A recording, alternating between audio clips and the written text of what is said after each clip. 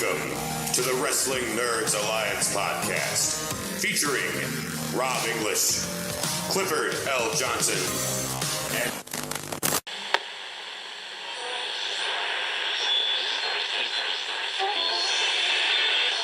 keep smiling, keep shining, knowing you can always count on me. For sure. That's what friends are for. The good times and bad, times. I'll be on your side forevermore.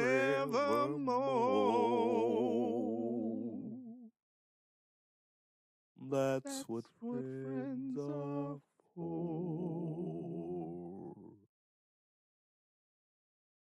This week was all about friends getting back together. I'm like, I don't know why we're singing that. That's what it was. This week was all about friendship. Two souls. No, that's taking it too deep. I'm Robb English. I'm Clifford L. Johnson. And we are the Wrestling Nerds Alliance. Yeah, it kind of sounded weird because I have ice in my mouth. So I'm like, Clifford L. Johnson. I just thought it was a whole fat bag of D in your mouth. Never. Biatch. Anyway. I mean, if you're into that, it's cool. Your mom's Judge? into that. No.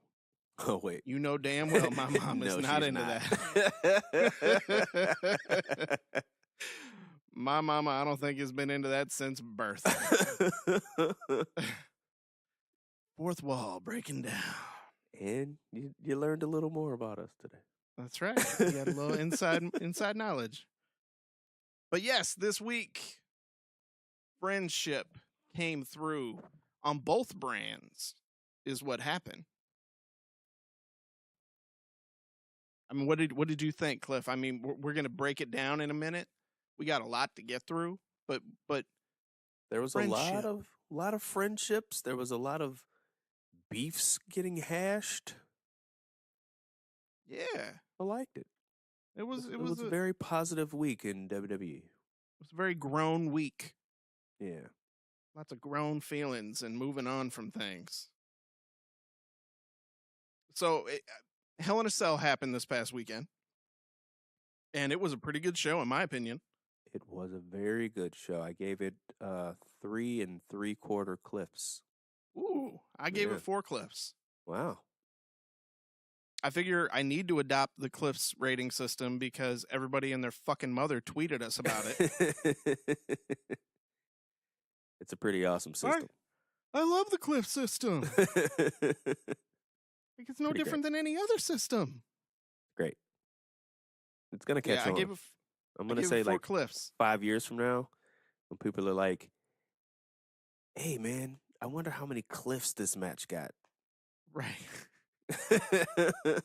When the Observer is gone, when Meltzer's retired, and only the WNA is left standing. That's right. We're gonna definitely burn it down. I was gonna say it's definitely after the apocalypse because yeah, you know, and everything is rated on a cliff system. Right. Right. Even everyday life is rated on a cliff system. That's right. And I'm giving America about 1.5 cliffs right now. Yeah, America sucks right now. I'm sure there's some people that as soon as they heard us say that just shut the show off. Right. But you know what? Whatever. Hey, I love my country. I do too. I just don't like the people in it. There you go. That's a perfect way to sum it up. Mm-hmm. All of our international listeners, and by the way, we got a lot of them. We do. We do. We have a ton in the UK. Thank you. In Ireland, Canada. We got a shit ton of folks down under. Got a lot of Australian listeners. So Aussie. Shout out to my Aborigines. Yeah. Not that I'm an Aborigine. No, you're not. What is it? No, I'm not. I'm multiracial, multicultural. I myself am a cultural mosaic. if you will. Yes. Yes, you are. And why is that, Rob? Well, I mean, on the surface, when you look at me, I am a pale, pasty individual.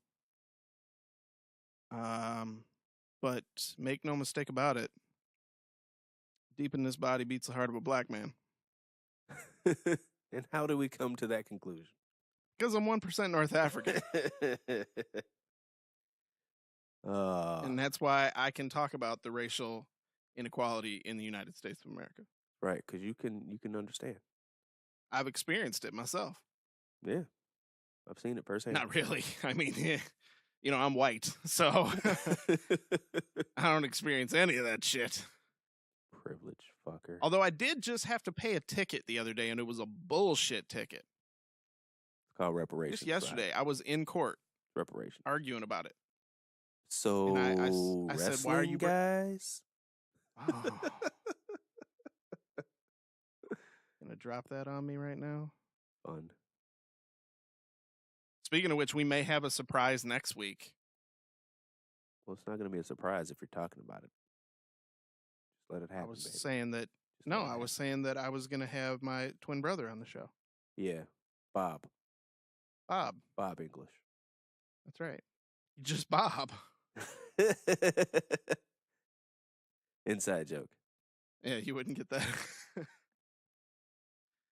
But anyways, Hell in a Cell happened. A lot of shit went down. There was some good stuff. There was some bad stuff. Baron Corbin won the United States Championship in a 3-way over AJ Styles and Ty Dillinger. Moist. Bobby Roode took on Dolph Ziggler. Natalya retained her women's championship against Charlotte by taking her knee out with a chair. What else happened on that show? The Hype Bros continue their very epically slow crawl towards breaking up when they lost to Gable and Benjamin. However, the shit I want to talk about on the show were the 2 Hell in a Cell matches because they were both fucking great for different reasons. Opening the show, you had the New Day take on the Usos, and that match was fucking incredible. Oh my God. 4 3/4 cliffs, in my opinion. Damn right. Damn right. I mean, they brought out all kinds of weapons, handcuffs, kendo sticks, rainbow-colored kendo sticks. You had trombones. At one point, someone used a crash cymbal, gong, if you will, and a cowbell. They needed more cowbell. Wait a minute. What? Being ridiculous. We don't need more cowbell. There's always room for cowbell. Come on.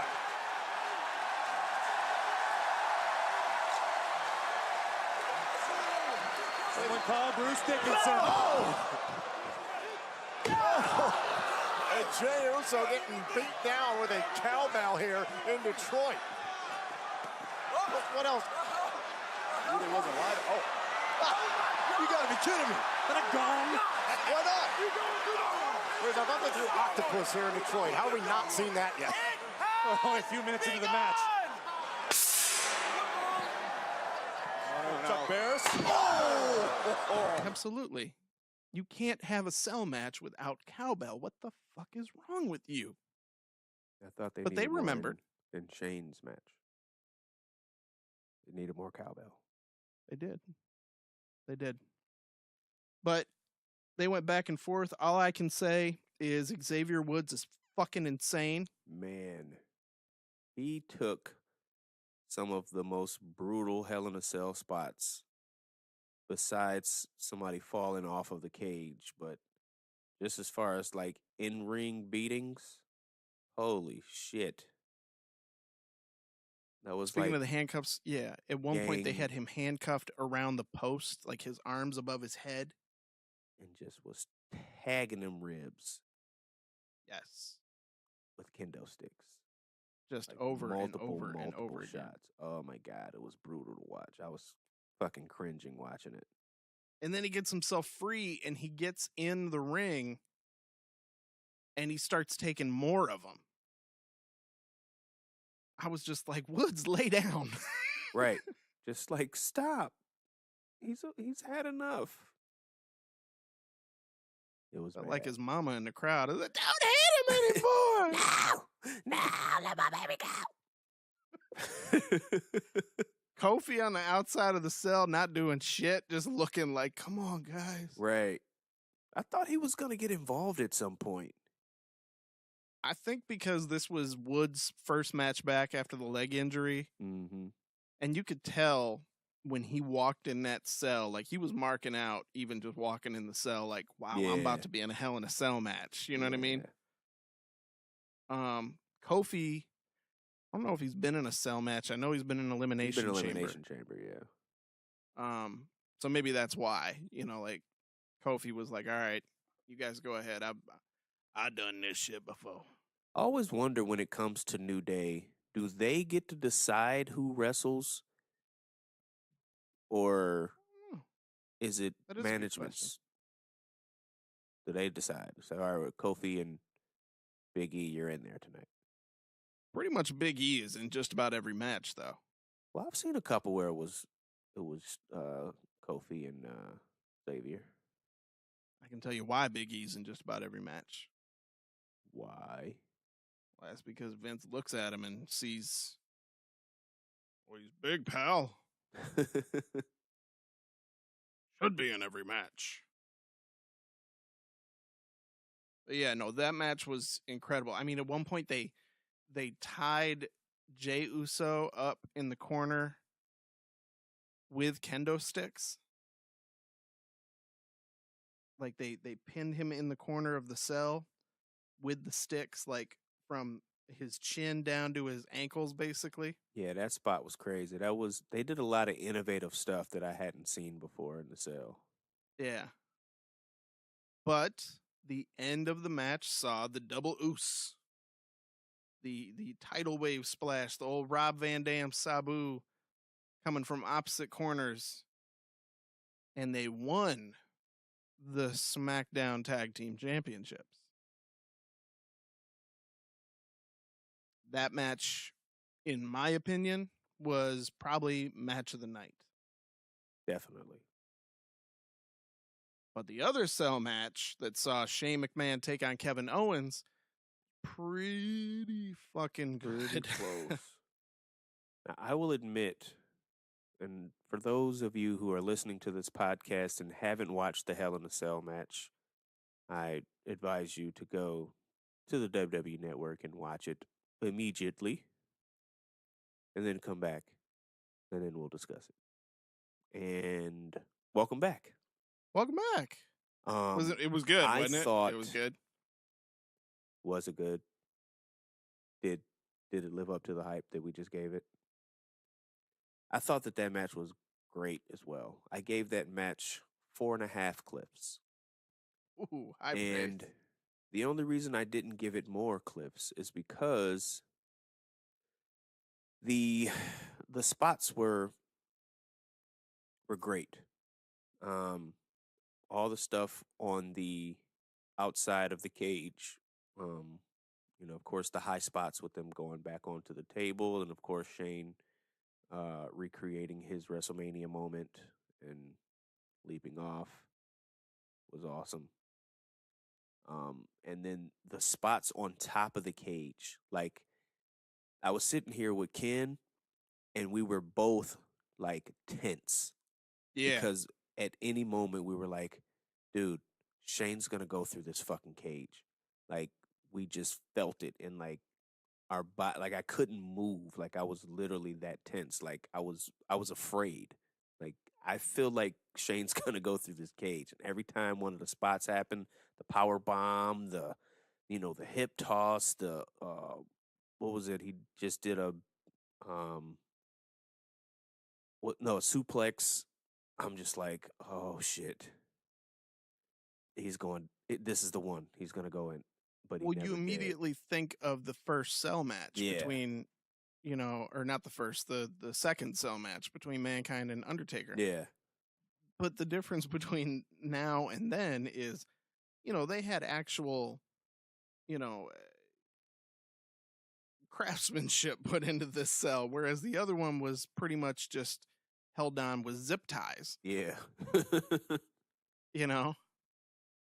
But it's still, I was in the same boat as you. Every time they took a bump on the top of that cell, I was just nervous because, KO especially, he's a big boy. Right.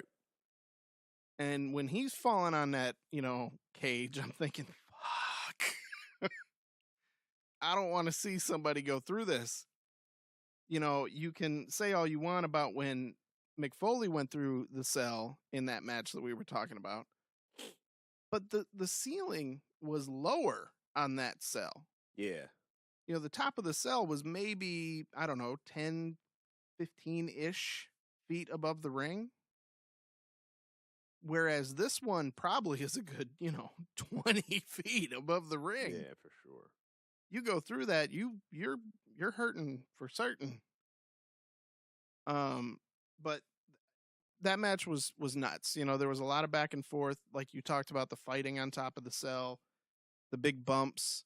At one point after they were fighting on the cell, and I think I told you about it, and if you do go back and watch the match, if you listen carefully when they're fighting on top of the cell, at one point they're both, Shane's laying on his back on the top of the cell, and KO is on all fours, and he's trying to get himself back to his feet.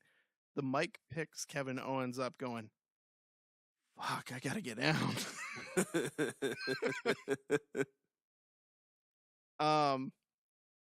But then, Kevin Owens goes down the side of the cell and Shane chases. And as he chases, they start fighting on the side of the cell. And wouldn't you know it, Kevin Owens takes a bump off the side of the cell through one of the announce tables. Both men about 10 feet down here on this cell. And Shane shots to the kidneys here of Kevin Owens. This is about the craziest thing I've ever seen. Oh my God, Kevin Owens face first, bounce off the, no. Oh my God!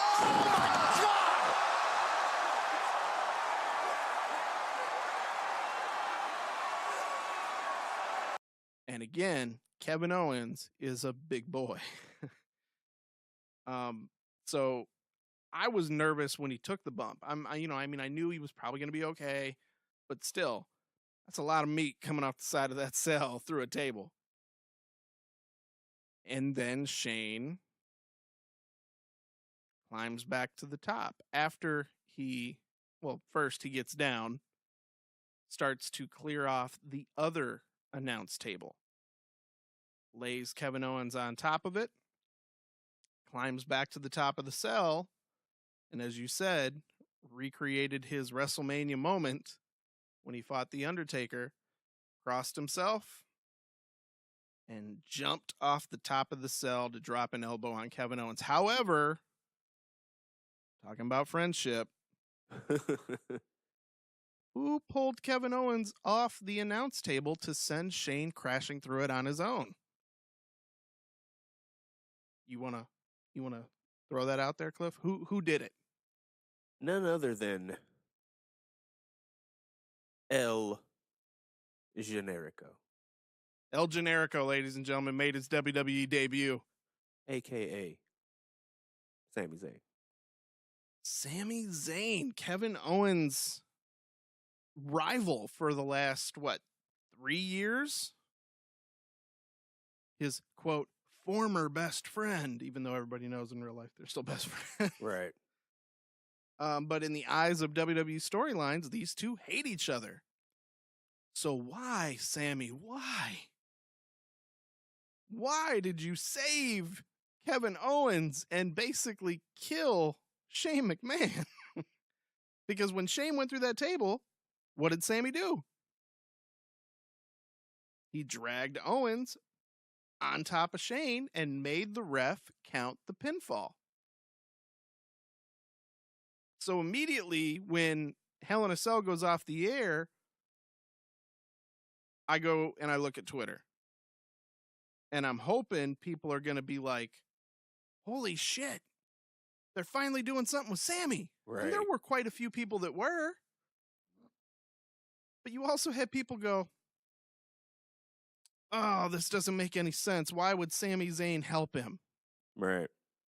Well, in a lot of ways, yeah, it doesn't make a lot of sense, but you have a show that's going to explain it in just 2 days. And they did.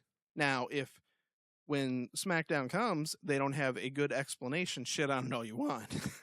Right. You got to give it at least one show to explain themselves. Right.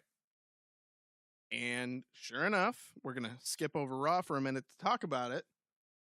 Sami explained himself. And earlier in the day on Twitter, I saw a conversation between a follower of ours and Lucha Underground wrestler Vinny Massaro, who also follows us on Twitter.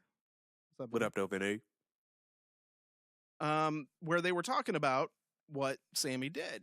And our follower mentioned, I think, well, he responded to Vinny and he said something along the lines of, I think he's going to say that, when I thought about what Shane was doing to Kevin, I remembered this is my former best friend. I'm the godfather of his child. And if Shane was going to hurt him in this way, what kind of a person does that make me? Mm-hmm. And I loved that idea. Yeah, for sure. But I knew WWE wasn't going to go that deep with it. Right. But they almost did. They almost did. So I responded. I said, you know what? I love that idea. But I think what they're pretty much going to say is, hey, I was told to come to SmackDown by Shane and Daniel Bryan because SmackDown's the land of opportunity. But there's no opportunity for me here. I'm not landing no opportunity. I'm not getting on the shows. I'm not getting in any matches. I thought he was going to flat out say, I should have been fighting Kevin Owens in Hell in a Cell. Right. But instead, I've got my boss fighting him. And I'm sitting in the back and catering. And Sami kind of alluded to that. Mm-hmm. But they took it to another step, which I thought was genius. Which is when he says, you know what? It took Kevin powerbombing me on the apron the other day to open my eyes and make me realize that I always try to do the right thing. I always try to look out for everybody and look out for myself and do the right thing, even if it means it's going to have a negative impact on me. And I've been doing the right thing for years. I constantly do the right thing. Oh, but you know what? I can sleep at night, and maybe in 4 or 5 years, I'll get my opportunity. But meanwhile, my counterpart here, he's been Intercontinental Champion. He's been NXT Champion. He's been United States Champion. He's been Universal Champion. And where have I been? I've been stuck in mediocrity. So when I thought about my brother here, and the fact that when I went to talk to Shane to say, hey, you need to realize what you're doing, and Shane brushed me off, I realized Shane doesn't care about me. And he definitely doesn't care about you. He was willing to end your career. So I did what I thought was the right thing to do. And he pulled KO out of the way, and now Shane, well, he's on the shelf, and I'm thinking about Sami from now on. Yep. Pretty good paraphrasing there, buddy. Well, thank you. Thank you very much. But I thought it was really good, and I'm very interested to see where they're going with KO and Sami. I didn't think Sami would be a very good heel because he's always been a face, but he was kind of an annoying little shit on Tuesday when he was cutting that promo. And that's really when I realized that Shane McMahon never cared about me. He never really cared about me. He never really wanted me to get an opportunity. Now, let me tell you something. Kevin Owens has been a lot of things to me over the years. He's been my best friend. He's been my bitter rival. He's been everything in between. But the one thing he's always been and will always be is my brother. When I saw Shane McMahon up there, I knew he didn't just not care about me. He didn't care about you either. He didn't care about anything but himself. He didn't care about avenging the McMahon name. He just wanted to end your career or worse. And so I saved my brother because it was the right thing to do. I was really like, is he kidding? Like, it felt like he was just playing, and then like I was really expecting like the music to play, and then they would play to the crowd, and then I was expecting Sami to put hands on him. But it didn't happen. And I was like, wait a minute. Wait, he's really being a little snarky little ass right now. Like, that might be really, really cool to have him kind of play the almost the little runt of KO kind of. A little bit. I mean, when he came to the ring and his music plays, and he's got that peppy, ska music that plays. When he's on his way to the ring, he was kind of over the top, like annoying dancing to the music as he's walking to the ring. And I was like, I kind of dig it. So I'm really interested to see where they go with this. I hope that this helps Sami because, God, he deserves it. He's so good in the ring. But he's also one of the most natural baby faces in probably the history of WWE, in my opinion. Can he relate that as a heel character? Mm-hmm. The world may never know. Well, I hope. Well, they will know. They definitely will know. One of the other things that I thought was really cool that happened on SmackDown also had to do with the New Day and Usos. Usos came to the ring. They were cutting a great promo, and they invited New Day to come out. And they basically were like, hey, we're beat up right now. We're in a lot of pain. And when we talk to our families, we try to get them to understand that, we'll be okay, but we're really not. But we realize that the only other people on this planet right now that can understand what we're dealing with is you guys. What the WWE Universe have no idea about is after that show, when that sale went up and these lights went off, they didn't see us driving to the next town. Nah, they didn't see us with the ice pack over my brother's face because he can't see. They didn't see my brother driving with one arm because his shoulder busted up. Nah, they didn't see us pulling up to the hotel, going up to the front desk, going up to that lady to check in, and she says, excuse me, are you two gonna be okay? Hey, they don't see our families calling us saying, daddy, husband, whatever, are you okay? Is everything fine? And what do? What do we say to comfort them? Yeah, daddy's fine, everything is okay. And after all that, I say my prayers, I lay my head to my pillow, I close my eyes, and then it hits me, Oos. There is nobody else on this earth that is possibly going through and feeling broken, feeling battered. Nobody can understand what the Usos are going through other than you three. And when it comes to what goes on between us in this ring, there's nobody that can touch us. We own this division. They were kind of calling for a truce, lock, as they would say. That's it. There you go. Where do they have it locked? In the Uso Penitentiary. There you go. See how I teed that up for you? Appreciate that. Thank you. You're welcome. I got to give you a line every now and again. Yeah. You used to give me lines all the time. What? Yeah. Are we talking about your friend that you guys have, like, on most film and TV sets? That white girl. Booger Sugar.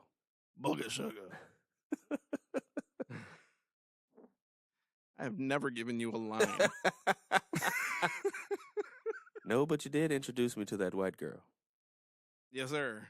Introduce you to several. Yes, I did. But yes, this brought out basically the entire SmackDown tag division to come out and try to say, hey, no, we deserve an opportunity. It's not just about you guys. The Hype Bros came out. I vomited when I saw Mojo Rawley. Mostly because his bright neon green fucking trunks are sickening to the stomach. And then Zack Ryder looking like the most boring superhero on the planet walking behind him. Then you had Gable and Benjamin come out, and the Usos were really impressed. Like, hey, you lost a partner, but you needed another one. You went out and you got Shelton Benjamin. That's a former Intercontinental Champion right there. That's a former U.S. champion, a tag champion. And then out comes the Fashion Police. The Fashion Popo. The Fashion Popo. And just as they're about to speak, out comes the Ascension. And everybody wants a shot. And the Usos, they kind of take a shot at the Ascension. They take a shot at Hype Bros. They take a shot at Gable and Benjamin. They start to take a shot at Breezango. And Xavier Woods goes, hey, no. Like, Breezango's cool. Leave them alone. Jey Uso's like, I like the Fashion Files too. It leads to a 4-way, and that was a pretty fun match on SmackDown. You watched the match, right? Actually, that match I did not watch. I only saw the last 30 seconds of the victory. So you saw that the number one contenders for the SmackDown Tag Team Championships is now Chad Gable and Shelton Benjamin. To which I say, sign me the fuck up for that all match. the way. I would like to call them now Chadwick and Mr. Benjamin. Chadwick and Mr. Benjamin? Correct. Somebody called them World's Greatest Tag Team 2.0 on Twitter. No, you can't say that. I want to call them the Golden Gables. Golden Gables. Gable. Shelton. Yeah. We'll figure it out. Kind of works. We'll figure it out. They need the a name. World's next greatest tag team. That theme music they got is pretty dope. I like it. There's been a run of Jason Jordan's. Yeah, there's been a run of some shitty new theme music in WWE lately. Yeah, I think CFO's been taking the day off. Not in NXT though. No. NXT's their themes are pretty solid. I think CFO's sticking with them. Yeah, there's been some shitty theme music in WWE lately. Yeah. It's been all downhill ever since Mike Kanellis came out. Just simply the greatest.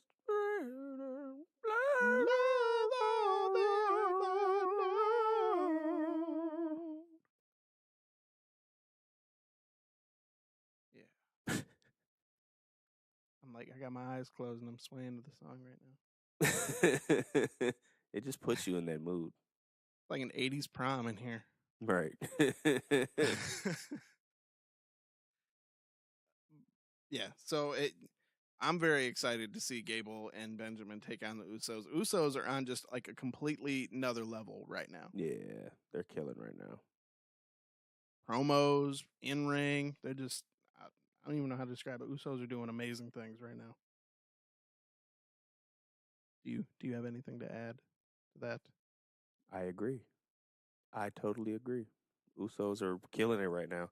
I was going to ask you earlier, do you think the right team won, though? In that 4-way?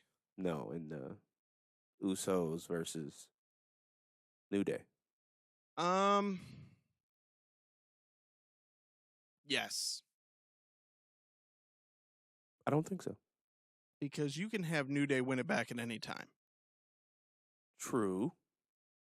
But whereas if you have a heel team like the Usos with the belt and everybody's chasing them, you can showcase more teams that way. When you have a face team as the champion, it's harder to do that because the heel, you don't really have working heels. You have heels that are trying to cheat, heels that are trying to do whatever they can to win the title. Whereas when you have a heel champion, the baby faces are chasing them. You're going to get more of a showcase for those teams because you can have more like working style matches. Are there any other heel tag teams on SmackDown right now? The Clones? Barely. Well, we can skip ahead and bring these guys up. We've been wondering where Luke Harper and Eric Rowan have been. Apparently, they've been stuck in 1992. Oh, my God. Because they showed up on SmackDown in a promo.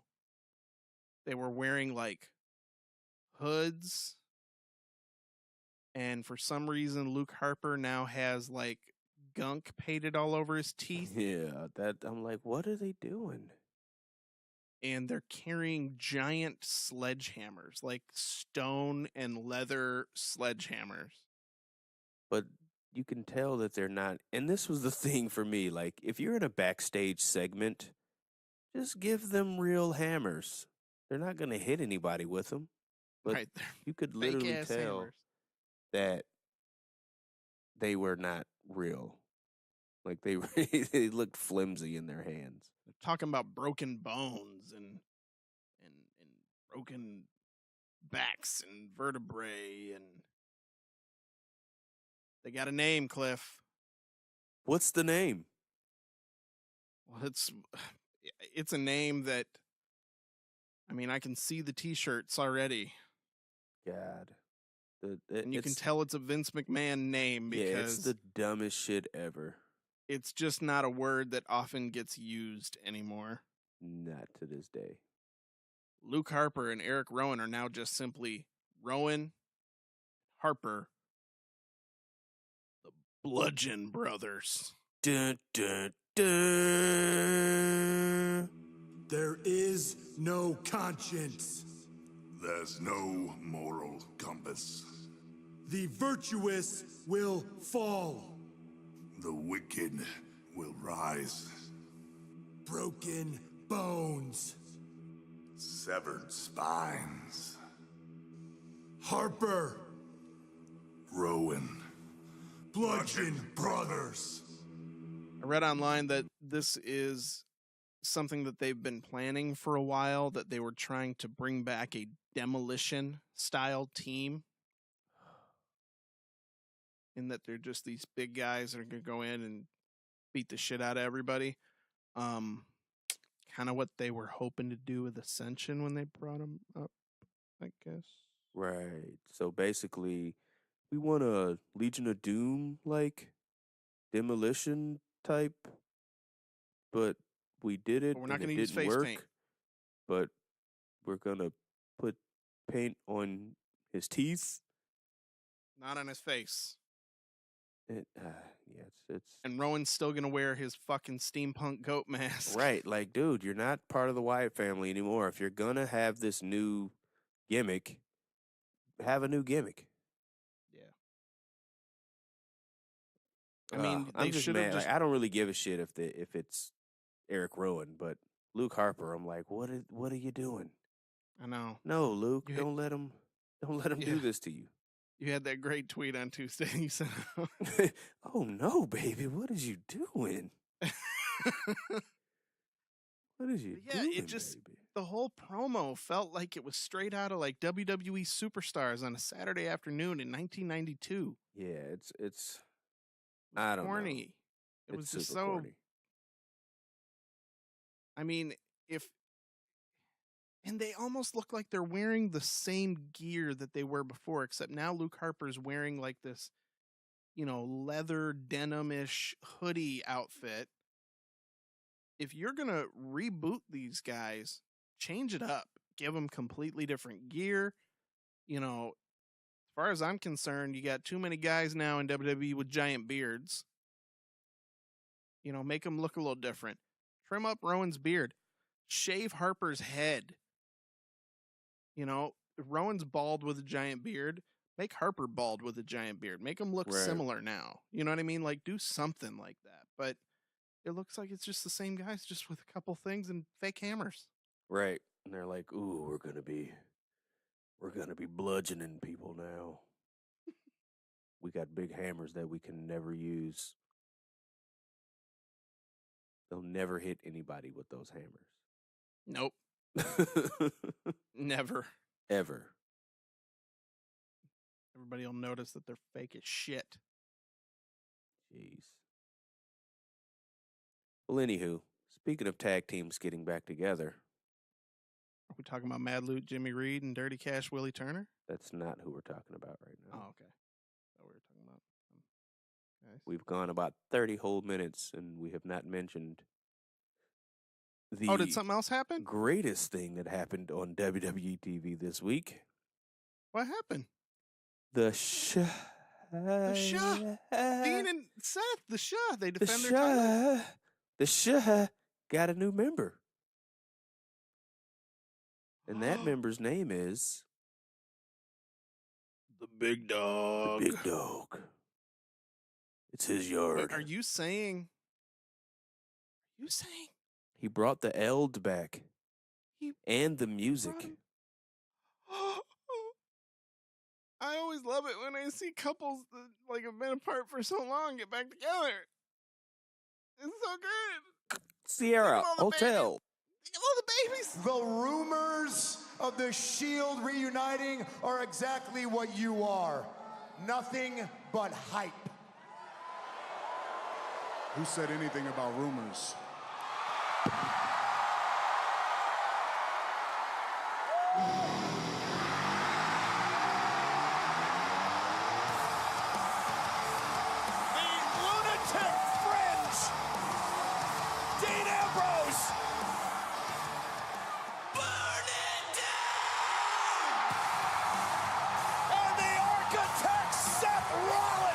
This is surreal. This can't be happening. He's getting a treat tonight. Miz, Sheamus, Cesaro, Axel. They don't know what to expect.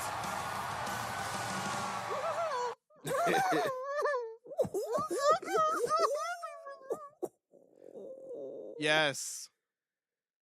The Shield got back together again. And I thought it was pretty cool the way it happened. Like, a little rushed. They teased it last week. But you got the Miz down in the ring with Curtis Axel and Sheamus and Cesaro, and he's doing his Mizzies, giving away awards and whatnot. And then Roman's music hits, and he comes out, and Miz, kind of running him down. And he says, all these rumors of a Shield reunion is just that. It's just hype. Roman very calmly brings that mic up to his mouth and he says, "Said anything about rumors?"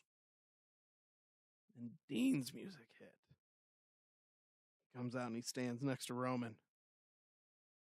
And then what hit a second later, Cliff? Burn it down! X-Pac.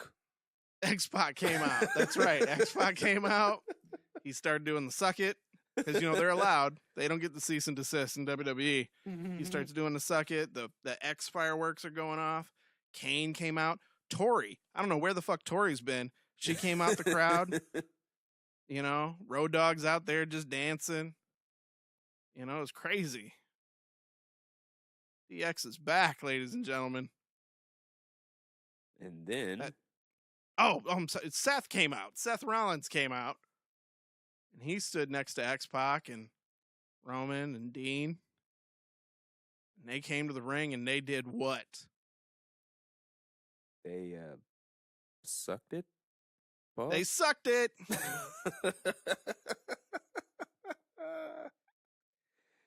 No, TV 14 is back in WWE, ladies and gentlemen. Got it in.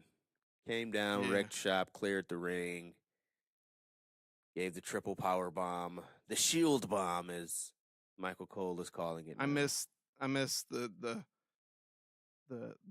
internet wrestling community name for that move. What is it? I only heard it one time on WWE television, and then they never said it again. What? The Cerberus bomb.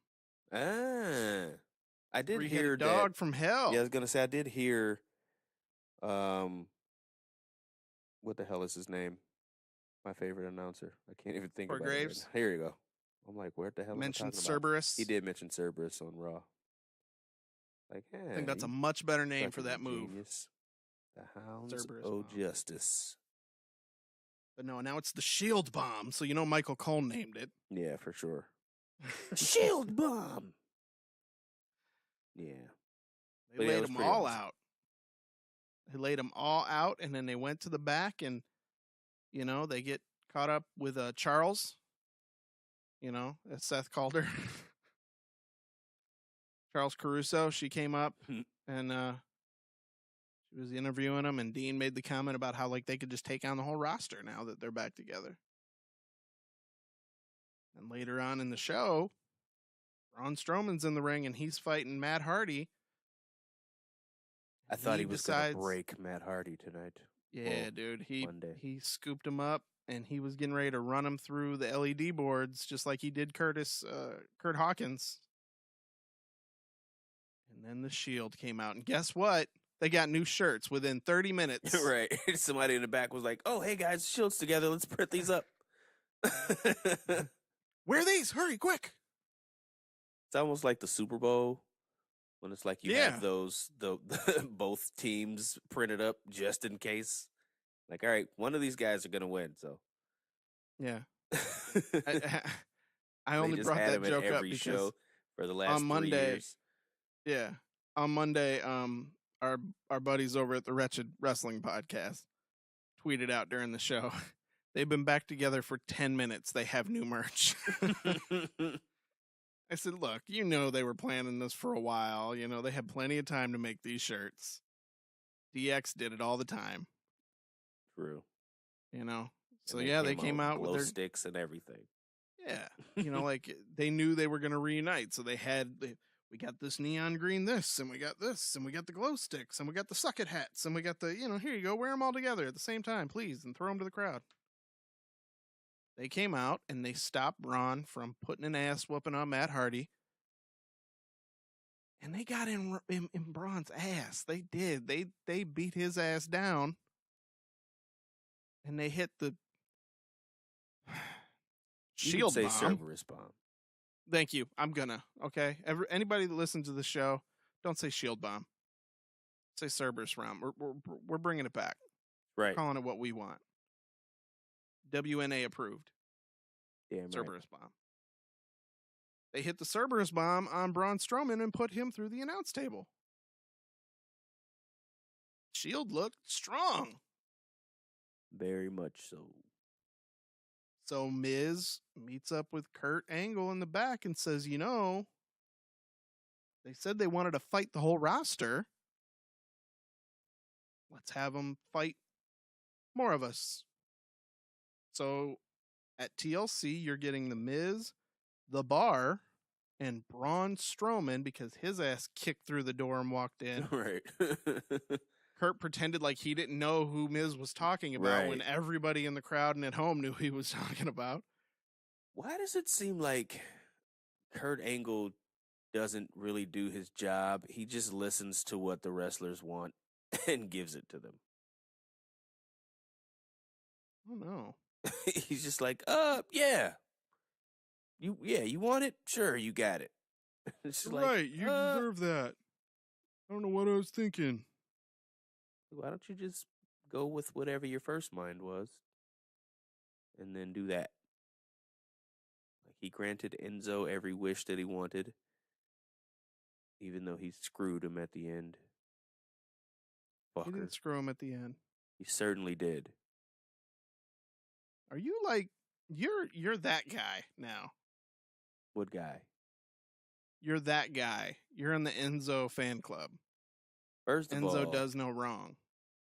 I have been a fan of Enzo since NXT. You got all that sauce on your face. Fuck you. I did think that the whole Enzo and Cass breakup was weak, and I didn't think that he would do well by himself. But once they start doing the whole heel turn, I was behind it. Plus, I was behind the revamp of the Cruiserweight Division, which I'm sure we'll get to at some point, if not right now. Yeah, we will. But I got a question to ask you. Okay, we'll come back. We'll put a pin in it. Let's go back to the Shield. Well, we're done with the Shield. You got anything else to say about the Shield? We're done with the Shield. Okay. The Shield is going to be facing Miz, The Bar, and Braun Strowman at TLC in a 4-on-3 handicap TLC match. Continue with your Enzo rant, bitch. Fucker. What's your favorite Anywho. Enzo sauce? I'm gonna go with. You like that marinara, or do Ragu. you like his Alfredo? It's the ragu. I think you like that Swagoo. Alfredo white sauce. Nope, we're gonna go with swagoo. Swag. Right. But yeah, no, I thought that they did a really good. They did really good building it. Once again, he's been in the main event of Raw 3 weeks in a row now. Something that the cruiserweights have not seen since the inception of 205 Live. I don't even think since before they had the light heavyweight championship that title get defended in the main event of Raw. I can't think of a time. So that was monumental, not only for, the division, but for the whole legacy of the Cruiserweight Championship. I don't even think I ever seen the Cruiserweight Championship in the main event of WCW. I think you need to settle down. I'm just saying. Have you? Tell me. Did you ever see Rey Mysterio versus Eddie Guerrero for the WCW Championship in the main event? The WCW Championship? Or Cruiserweight Championship? You know there what you I'm go. saying, That's you better. Motherfucker. Cruiserweight Championship? No. Okay. It should have been. Yeah, but was it? No. No. You know who was in the main event? Defending their championship, their Cruiserweight Championship of Monday Night Raw. The longest rated weekly televised show in the fucking world. Your cheetah print boyfriend? Yes. The man with the sauce. All over your face. On your mama face. Nah, mama doesn't like that stuff. Yeah, but she still gets it. You got here. So yes, Enzo was in the main event, and he took on the new member of the Cruiserweight division, the only one seemingly who can get a shot right now because of the clause that Enzo worked out, Kalisto, in a lumberjack match. All of the Cruiserweight division minus one person was around the ring. And Kalisto won. Now that Enzo's not champion, I can display the beautiful art that the Cruiserweights have. But for now, I'm enjoying my moment. The King of Flight, El Rey del Aire, new Cruiserweight champion. Eso es todo. Vámonos. So he ended the era of Enzo. In 3 weeks. For a few weeks. Because we all know that Enzo's they're not done with back this at TLC. experiment. And Enzo will be a 2-time Cruiserweight champion. That's right.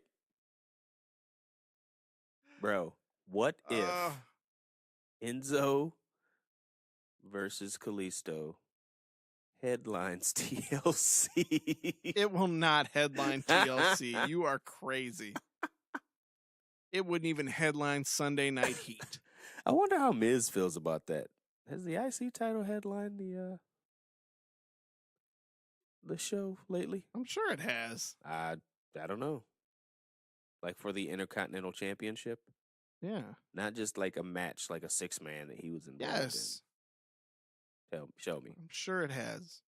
Pull it up. I mean, I'm not saying like ever. I know. I'm that not the pulling it IC up right now. I but know the when IC this title show is has off, been defended in the main event. I'm talking about in recent history. yes. Okay, pull it up. I'm not pulling it up right now. I will Why? pull You it pull up up and everything after the else. Bro, you want people to sit here and wait while I dig around on Twitter We'll or pause on it. Google? Put a pin in it. Click. And then we'll come back when you find it. All right. Yeah. Anyways. Yeah, whatever. Fuck you. Don't look for it. Kalisto wins the title and is your new cruiserweight champion on a very special day.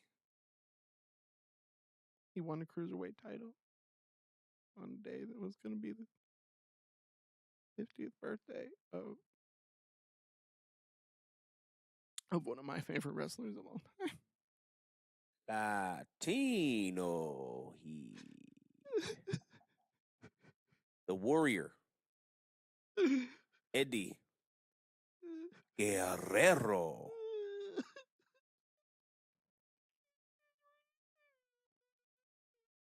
Hey. It was so good. Grow a set. All right? Grow it. Okay. Grow it right now. Okay. Did they drop? All right. Feel better. Thunk, thunk. I feel better now.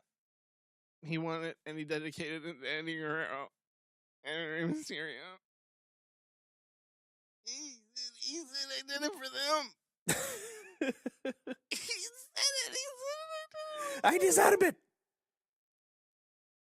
Speaking of which, did you see Hoovy popped up on Being the Elite? What? No. When? Yes.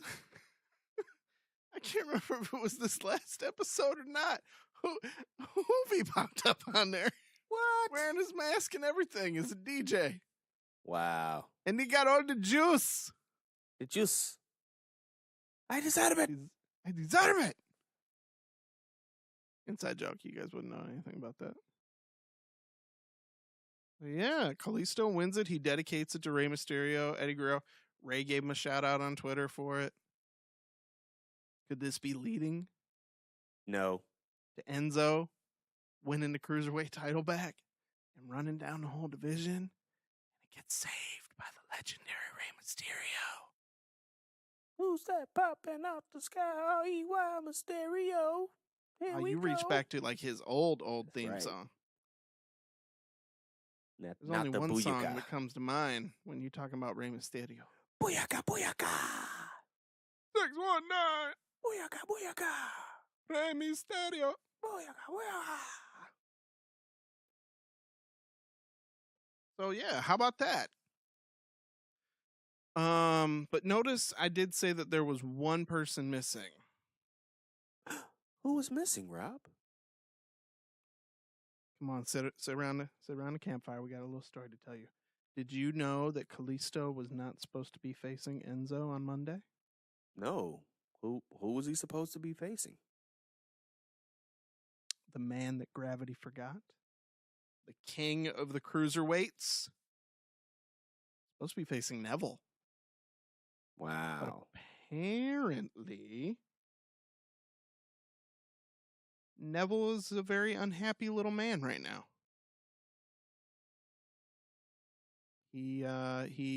There's a talk that he walked out of the show before the show even started, and that he may have quit WWE. Now, I don't believe people it. have reached out to sources in WWE, and they are denying that he quit the company, but they are not denying that he walked out of the show.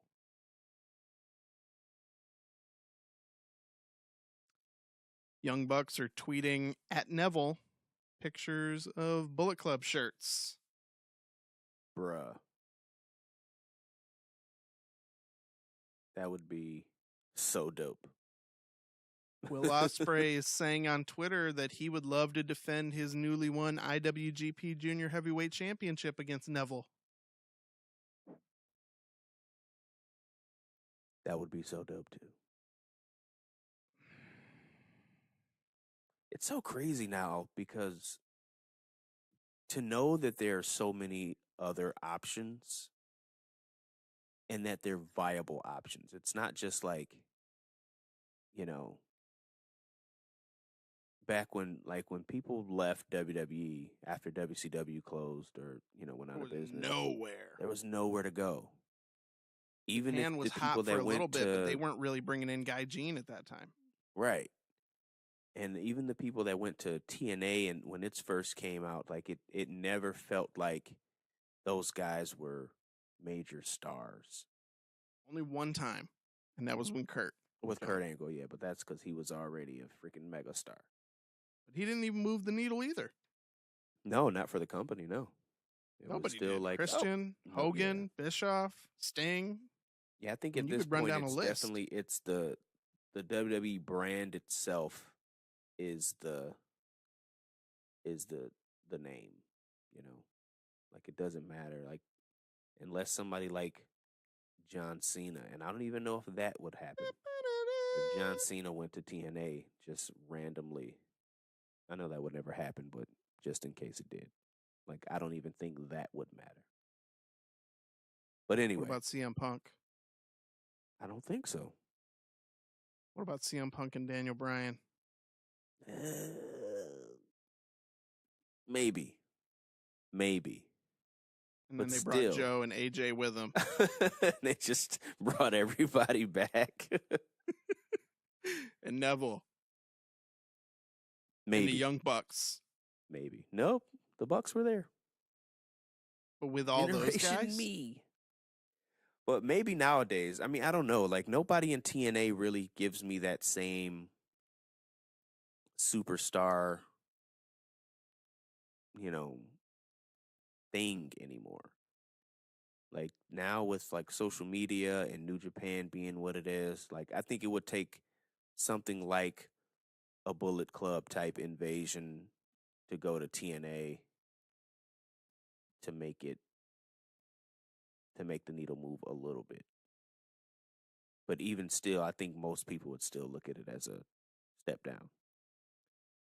I just think Neville wants to get away from the Cruiserweight division. I think so too. And I think he deservedly so. If I'm looking into my crystal ball right now, I'm sure when he realized that, okay, I'm not getting a Cruiserweight title shot. I'm not going to be getting it for a while. You're now taking the focus off me and Enzo. I'm not getting a rematch. You're putting it on Kalisto and Enzo.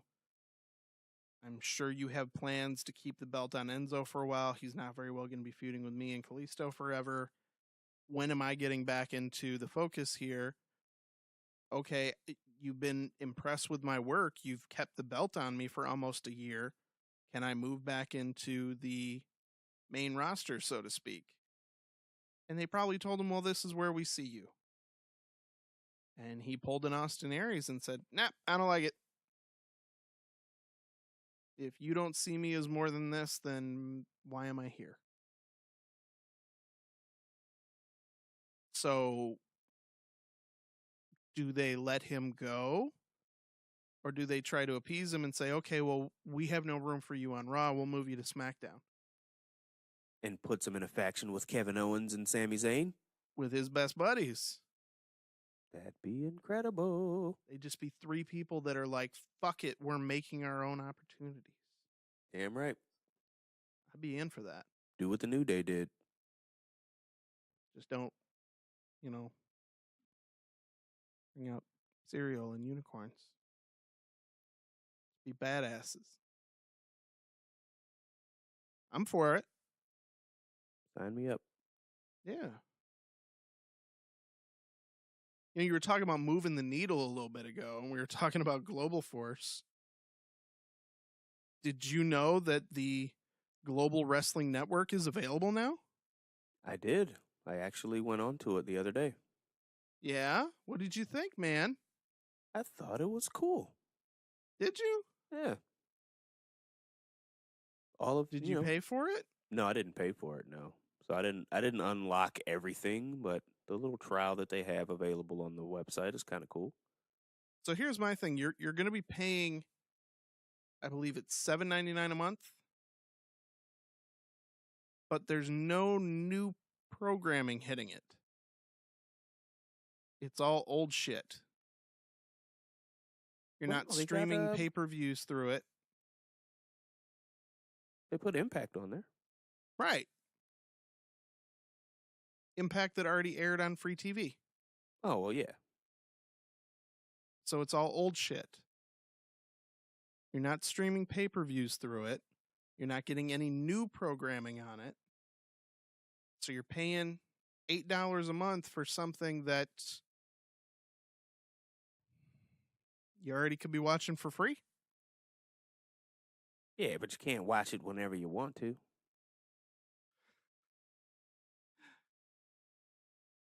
How many viewers a week does Impact get? Roughly about 300,000? Maybe 300,000. Okay. Now, I'm not, hey, if they can pull in, a fraction of that audience to pay for it, that's... Even if they get a small amount of people, like even if it's, you figure 10% of the people do it. That's what, 30,000 people? Right.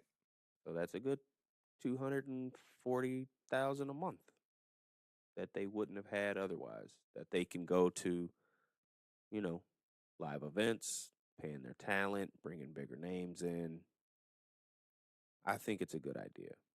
I mean, I'm not going to personally buy it because there's not really any old TNA shit that I want to see. Yeah. And if I did, I would just go on YouTube and find it. You don't want to see Cheeks? What? What was that? You remember their knockoff Rikishi? You don't want to see the Johnsons? The Johnsons. You want to see the Flying Elvis? No, for a while there, TNA was having some pretty awesome matches. Oh, for sure. If anything, I would go back and watch like the Triple Threats with AJ Daniels and Joe. Yeah, for sure. Or anything with any of the early X Division stuff with like Amazing Red and Jerry Lynn, Low Key.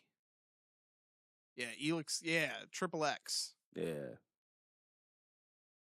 Elix Skipper. What happened to Elix Skipper? I don't know. Did he change his name when he went to TNA? Wasn't it something else? No, he was... He was still Elix Skipper? He was still Elix Skipper. He walked across the top of the cage. Yeah, that was a pretty awesome spot.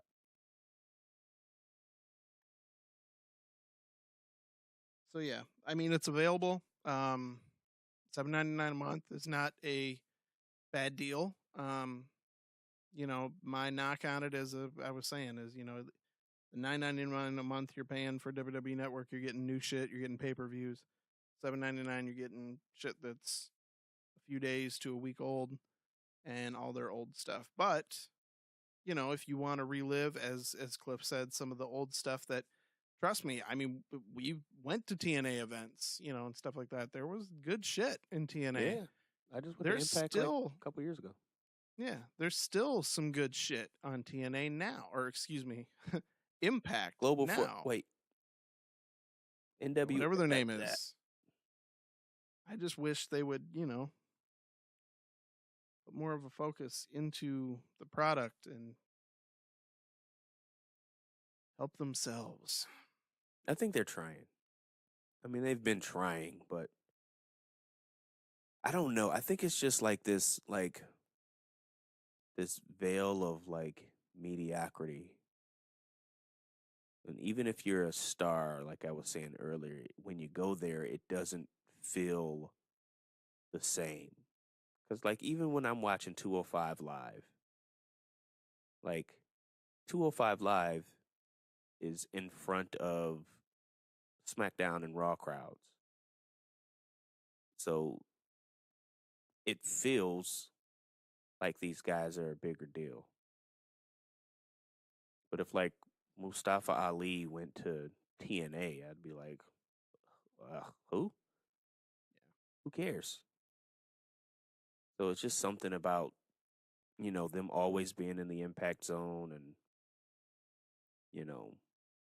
Impact the difference between Impact and NXT is the fact that TakeOver, their big pay-per-views usually happen at a giant arena in front of 30,000 people.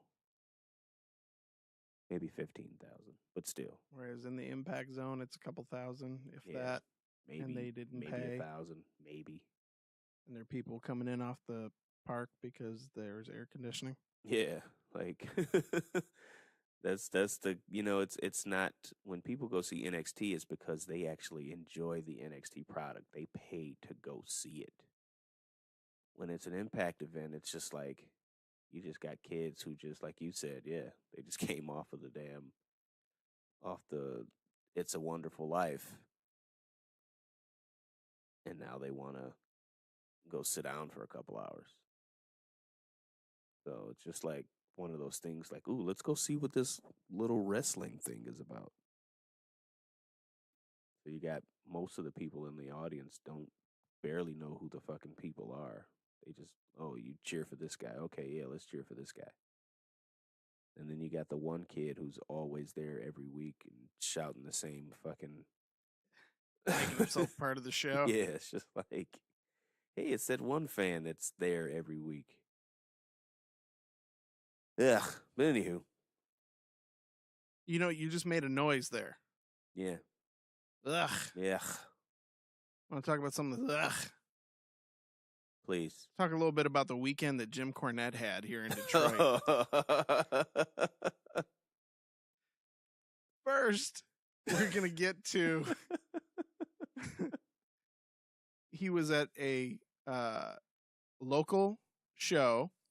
I was tweeting out a lot of their links this weekend.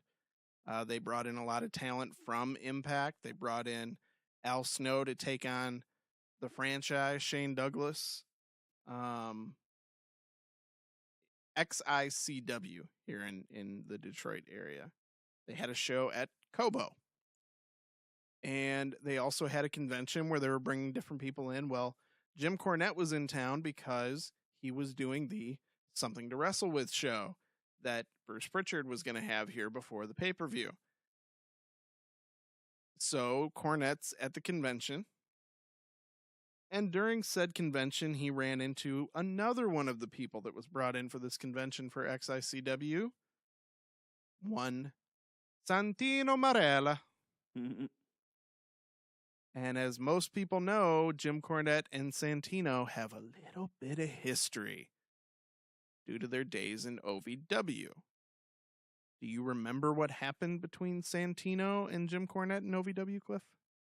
I do not. Please tell me, Rob. Well, before Santino was Santino, before he was even Boris Alexiev in OVW, he was just a guy who was brought in to learn how to wrestle. He happened to be on a show when they were working out this new gimmick in OVW called the Boogeyman. And the Boogeyman was doing what old school heels used to do, monster heels in the South and in Japan and things like that. The Boogeyman was going to try to scare people in the crowd. So the Boogeyman got pissed and ran into the crowd. And one of the people in the crowd with his daughter was the future Santino Marella. Now, he is not a worker yet. He is sitting in the crowd watching the show. And when Boogeyman comes towards him, for whatever reason, he decides to smile and laugh and run from the Boogeyman. Now, because Cornette knew that the future Santino was going to be training in OVW, Cornette thought that he was trying to go into business for himself and upstage Boogeyman. So he slapped the shit out of him. Multiple times, he slapped a grown-ass man. Now, I don't know the depths of his knowledge, but I do know that Santino is a legit MMA enthusiast. He, I believe, has MMA training. I know he currently has a school in Canada where he does teach people MMA and professional wrestling. He probably could have whooped Jim Cornette's ass, but he didn't. He just took the slaps and then complained about it to the office, and eventually it led to Jim Cornette's dismissal from WWE. So there's been a little bit of tension between the two, and Cornette for years has ragged on Santino. Well, Santino tells the story that he left his table. He was a couple tables away from Jim Cornette. He left his table to go do something, whether it be to get a coffee or go to the restroom or whatever. And as he was walking back towards his table, walking towards him in the halls there of Cobo Hall was Jim Cornette. So he said, you know what? I'm going to walk up to him and see if I can't squash this, see if we can't, just kind of hash this out. It's been years. Cornette does what Corny does. And he gets a little fired up and starts arguing with Santino. And Santino, I guess, was trying to play peacemaker, but eventually it just got to the point when Cornette threatened to fight him that he just basically was like, all right, do it. Take a shot. Hit me. Do what I want to see you do it. Come on, pussy, hit me. And they started arguing, and, people have cameras on them 24/7 now. People started videotaping this argument. And I don't know if it's Cornette being a little bit of a puss, or if Cornette realizing that, he's a 60-some-year-old man. Right. Or if it's Cornette will put hands on him. Right. Or if it's just Cornette realizing that he's now in public, and if he gets his ass whooped on camera, it'll be all over the place. Right. Basically starts going, you know what, security? This guy here, you better get rid of this guy. I'm gonna whoop his ass. You better take him away from me right now. Motherfucker.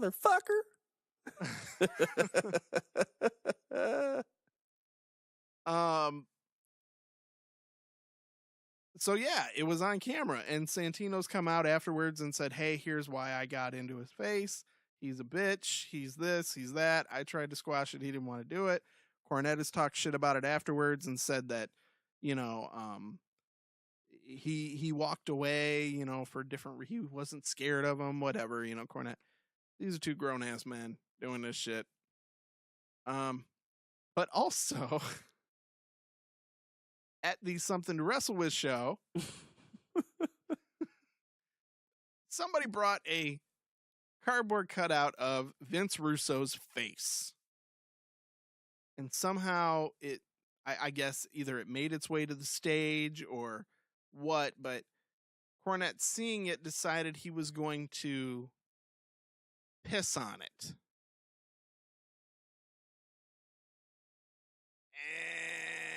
And he apparently exposed Lil Corny to the audience. I'm like, he pulled that Louisville Slugger out, and he was gonna.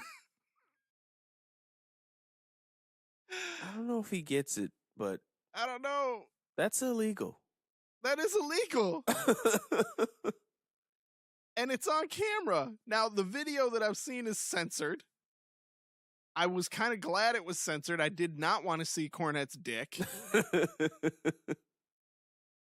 I feel bad for the people that did. I was actually going to go to that show. Chris, who was on the show last week, he and I talked about it at one point. We were going to go to the Something to Wrestle With show. Kind of glad I didn't, because if I would have seen Jim Cornette's crank, I don't know if I would have been able to live my life after that. I just shut it down. Yeah, that would have been pretty traumatizing. You want to see Jim Cornette's dick? Cliff, do you want to see it? No, I don't. No? You sure? No, I'm positive I don't. Cornette might be packing heat. You don't know. I don't know, and I don't want to know. A lot of people, don't judge a book by its cover. Nope, that's definitely a book I'm going to judge. Some people look like they got a little dick, and they don't. Some people look like they got a big dick, and they don't. I know from personal experience. Do you? Yeah. Every time you look in the mirror? Yeah. You're like, I am 6'1". How in the hell? I'm 6'2". I am 240 pounds of chiseled steel and sex appeal. And I got a tiny ass little dick. Old giant baby balls. Old piss on your Looks balls. abnormal. Looks like my balls are swallowing my dick. You know what? I'm just gonna move on from this topic. You want to move on? No, let's talk more about this. Wrestling, guys? People like hearing about the. Oh, okay. They do not like hearing about your dick and balls. I'm gonna put up a Twitter poll. I fucking dare you. Do you want to hear more stories about Robb's dick? Yes, no, undecided. When you listen to this show, tweet at me. Let me know if you want to hear about it. I will put that poll up. I guarantee you, if it gets enough votes saying yes to do it, I will put that up. Oh, even if just to humiliate myself when everybody says no. All right, we're getting way off topic. 429 votes no, 1 vote yes, 1 vote undecided. That undecided, me. The one yes, Ed. That's right. Actually, no. Fred. Fred, that's right.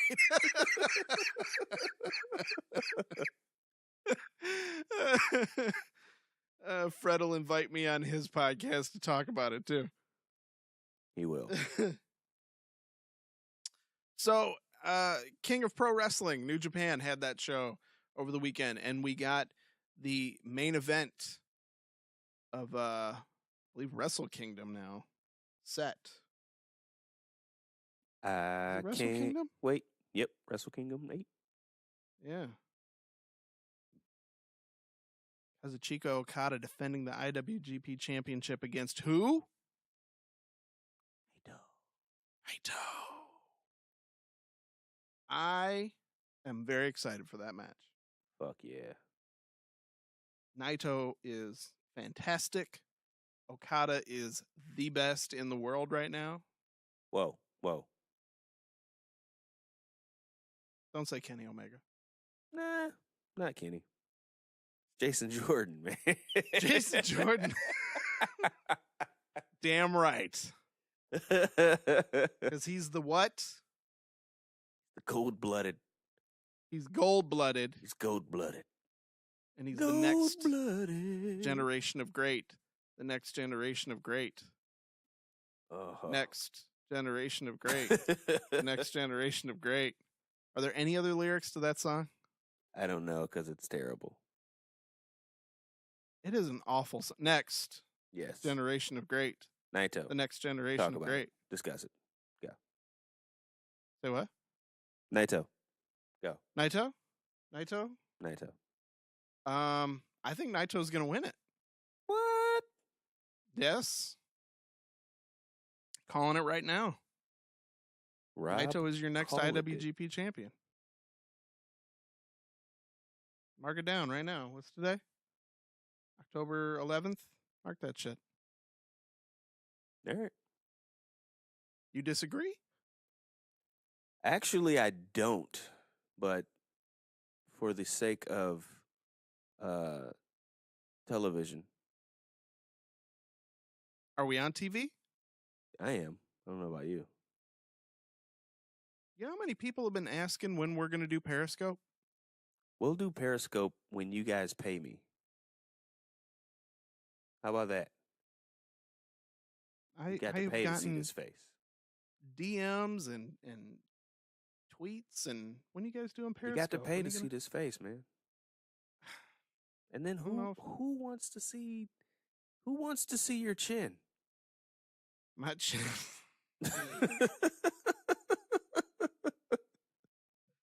I've thought of changing my profile pic on my Twitter account. Dude, just so that I can chin. put it out there. And then everybody goes, okay, we don't need to see you on Periscope now. Like, oh, you know what? We were just kidding.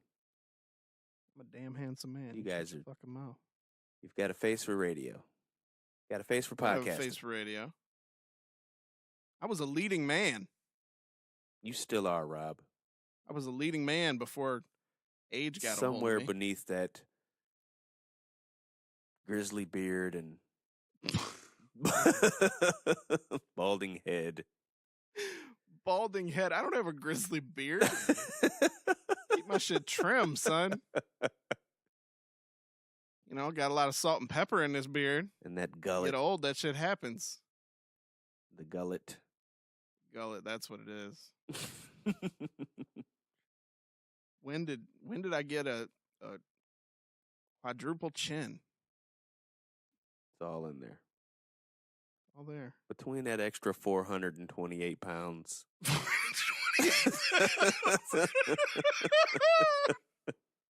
It feels like it. And those cankles. I see cankles. I have never had cankles, you lying sack of shit. It feels like it. I look at old photos and I'm like, damn, I was a handsome son of a bitch. And then I look at a recent photo. What the fuck happened? Put that nice veil of, ooh, I'm going to have to lock this one down before she sees me. Yeah. Yeah. Hey, you're a handsome man, Rob. Hey, I appreciate that. Don't you ever forget it. Some people still think it. Maybe not myself. Do you have body dysplasia? Body dysplasia? Is that the right word for it, or are you trying to sound intelligent now? I think that's the right word. I know it's like another one. It's like body dysmorphia syndrome or some shit like that. Where I look at myself and see something else? Yeah. No, I just look at myself and see that I've allowed myself to get too out of shape. Hey. We can all change, Rob. I'm trying. Matt from the Gimmick Table might be listening to this, and he might be shocked when he hears that I've actually given thought to going vegan. Whoa. Yeah. What? I want a powerful vegan erection. One day. If I'm telling you. I don't know if I could go full vegan. Go ahead, man. Just try it out. I don't know if I could do it. Once you get like that steak that and first burgers PVE, too much. You will go ahead and think about that. I like steak and burgers too much, man. Part of the reason why I look the way I do now. Hey! I'm not a fan of exercise. Who is? But yeah, no, I've thought about it. I don't know if I could go full vegan. I might cheat and be like, I'll eat vegetables and fish. Well, you can try pescatarian. We're getting way off subject here. Well, at this point, we're almost at the end of the show. We're about to do Make It Work. Well, make it work, goddammit. I'm trying to go make this. Oh, wait, we do have trying to go make this ass work. We do have. Is she waiting? Is that what it is? Waiting. Ready, willing, and Gable. Oh, yes. I don't know. She keeps walking in. Exactly. Involved in the show. One of these days, Crystal's just going to have to pop up on mic. She's trying to pop up on the mic. Yeah. And you're talking. You're talking all day. My bad. Girl, right, get off of me. No, damn. We don't have this on video. That's why I can't Periscope. Yeah, because Crystal be all up in that. All right, we got 2 questions. First question from Mr. PWO on Mailbag. At Mr. PWO316 on Twitter. Follow him. Do you think WWE will wait until Mania for AJ Styles versus Shinsuke Nakamura? Why the fuck not? I damn well think they should. They Give should. them some motherfucking time. Yeah, because, who wants to see them just battling right now? Unless it's for, number one contendership or something like that, maybe. I'm okay with that. But I would hope that they wouldn't just give that away on like fucking SmackDown or something like they did Cena Nakamura. I'm hearing Jinder's next challenger is supposed to be AJ. Should be. If they give AJ the belt, let Nakamura win the Rumble and do AJ Nakamura at Mania. I'm going to tell you this. But I don't think that's what's going to happen. It's I think sad. AJ's winning the Rumble. Who? I think AJ Styles is winning the Rumble this year. Oh, that would be cool. I would be okay with that. But I honestly don't think that I think this might be the last we see of Nakamura in the main event. Get the fuck out. Serious, man. I feel like Jinder killed him? I feel like he did. Road Dogg and Jinder killed him? Like he lost clean to Jinder Mahal. What else can you do? I mean, he pinned Aiden English on SmackDown in a throwaway tag match that was literally the repeat of him and Randy right before he got the number one contendership. And then Randy turned on him at the end of the match, but he didn't turn on him this week. It's just, why did they put them in a tag match? I don't know why. Stupid. Why ask why? Yeah. Blood dry. So unless it's going to go with, maybe a Randy Hill turn, I'd be cool with that. But at this point, I swear they're going to do this Battle of the Artists. It's going to be Nakamura versus Aiden English. I'm telling you. And Randy Orton will continue to do with Rusev. Because that's not going anywhere anytime soon. Go away, Randy. I'm telling you. They don't have All right, anything next to do with it. question. Next question coming from the Cretans Guild, at Cretans Guild on Twitter. Who has a better chance of talking Neville, quote, off the ledge, or does he jump ship? KO. Kevin Owens? Yep, definitely. Come to SmackDown? For sure. That's if. See, I guess it's one of those things like who controls what when it comes to the brands. Like, I know they're all technically just, they're independent contractors or whatever when it comes to like the actual paperwork. And then when it comes to them going on shows, they can really go on any show. So they can make up some kind of way of saying, hey, let's put Neville on SmackDown. But will they? Like, will they take someone who's complaining and saying, hey, if you guys don't give me what I want, I'll quit. And then they're like, all right, well, we'll put you on SmackDown. How about that? Will you stay? Like, I don't think Vince McMahon cares enough to want to keep somebody who basically is saying, like, my way or the highway. I think they're just going to basically play it like, hey, we got you under contract until such and such. You want to sit out? Fine. You're going to sit out. You're going to lose value. Eventually, you're going to make your way to the Indies, but you're not going to be making as much as you think because we've just basically froze your ass. Either that or you come back to work. What's it going to be? I don't agree with that stance. I think if somebody's unhappy, let them go. But maybe they eventually work something out to where, okay, fine, we'll move you back into the heavyweight division, but it's not going to be on Raw, go to SmackDown. And then, of course, when he goes to SmackDown, he'll job to Mike Kanellis or somebody for, 3-4 months, and then eventually they might do something with him as, they'll repackage him and make him Neville from the Shire, Right. The wrestling hobbit or something like that. And then, they will have killed him until eventually he'll leave and he'll go to Impact and whatever. And That's just what WWE does. They crush dreams. They do. Sometimes they make them come true, but 9 times out of 10, they're crushing them. Speaking of Neville, did you see the tweet about his shirt? Yes, and I agree with him. That shirt he was ass pissed about cheeks. that shirt. Shirt Oh. was ass cheeks. Oh, he should just put a fucking pair of ass cheeks on that shirt because that's how bad it was. NEV on one cheek, ILLE on the other.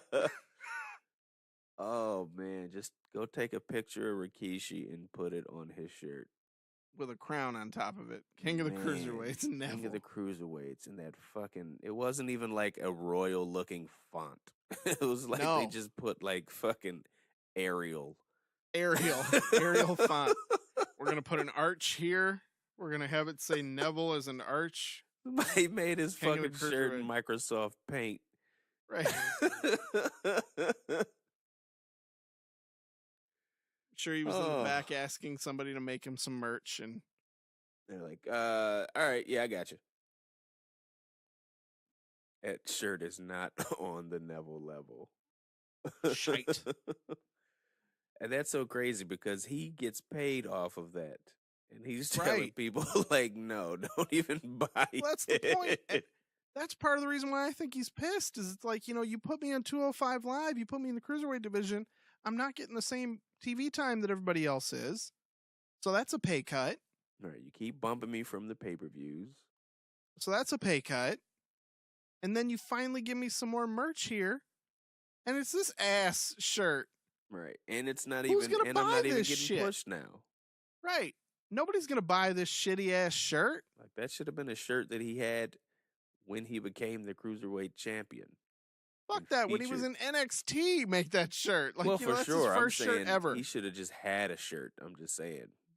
But why would his shirt come out now? It feels like they're trying to punk him. Like, oh yeah, Cruiserweight. It's like, hey, we got you a shirt now. It says King of the Cruiserweight. Not King anymore. Enzo's King. You know what's crazy? It's not even the font that's in his Titantron. No. You think, people, if you don't know what we're talking about, look it up online. It literally looks like somebody took Arial font, font size 12, did a little magic with an arch and the script sizes, and okay, here we go. Neville. King of the Cruiserweight. Like, even reading the shirt, that's how you would read it. It just looks so boring. Oh, look at that shirt. What does it say? Neville. King of the Cruiserweight. King of the Cruiserweight. It should have an ellipses on the back, just 3 dots. Dot.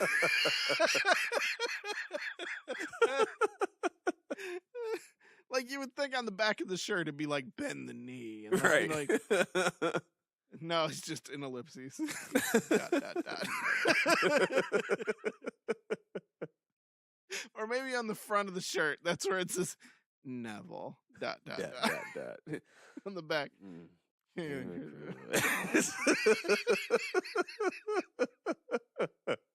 It's like the letters get smaller and smaller as it gets They're trailing off. They sound like Clifford L. Johnson leaning away from the mic.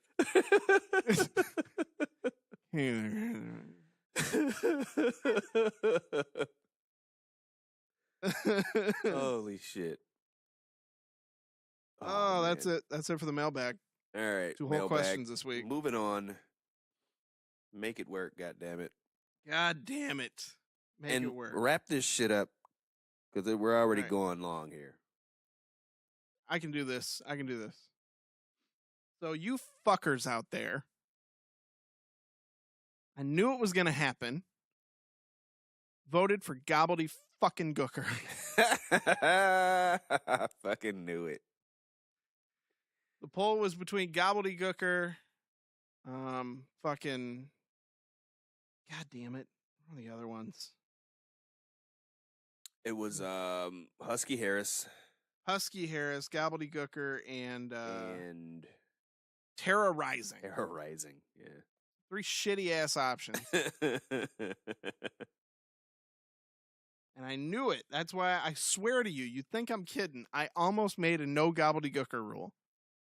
Because if it went up, somebody was going to vote it, and it's so hard to do something with this. Who's going to be able to fucking do anything with a gobbledygooker? Hey, Rob English is going to be able to do something with gobbledygooker. Make it work. Gobbledygooker was played by Hector Guerrero, 5'10", 228 pounds, of the famed Guerrero wrestling family.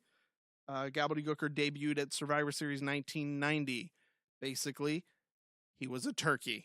He hatched from a giant egg, and he was supposed to be a mascot for the WWE, something that the kids could identify with. He would do things with kids at live events and on TV and whatnot. That was going to be his gimmick. However, it flopped. It went over like a fart in church. And after a handful of appearances, he never appeared again and was never spoken of again until WrestleMania X7, when the Gobbledygooker made an appearance in the Gimmick Battle Royal. And yes, he was again played by Hector Guerrero, brother of Eddie Guerrero.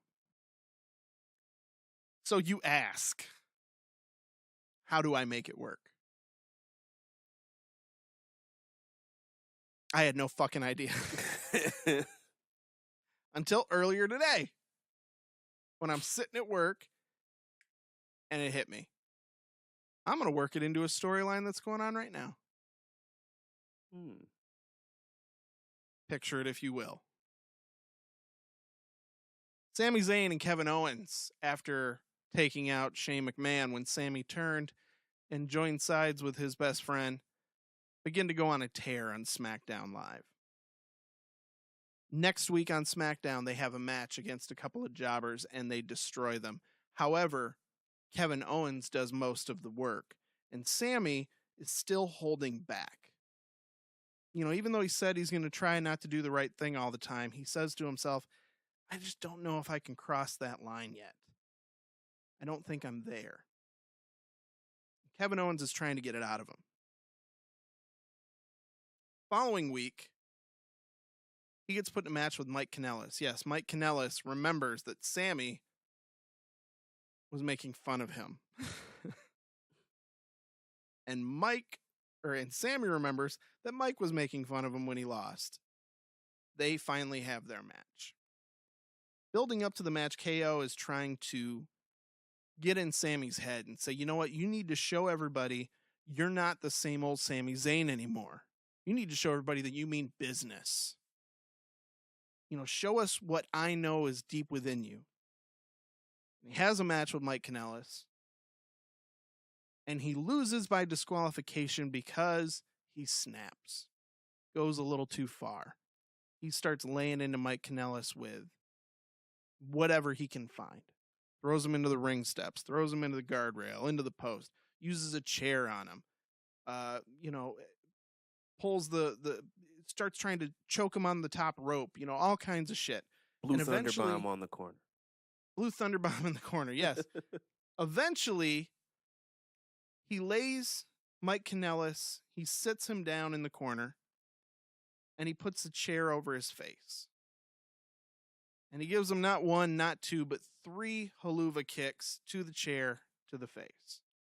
Maria is crying on the outside, and Sami has snapped. The following week, Daniel Bryan brings up the fact that, you know, you went too far with Mike Kanellis last week. I don't know what's gotten into you. What you did to Shane, what you did to Mike Kanellis, what's happened to you, Sami? And he starts to get into an argument with Daniel Bryan. And eventually, this argument, he puts his hands on Daniel Bryan. He grabs him by the shirt, and he's threatening Daniel Bryan. And at that point, Daniel Bryan says, you know what, Sami, you left me with no choice. You're fired. You are no longer a member of the SmackDown roster. Has security take him out of the building.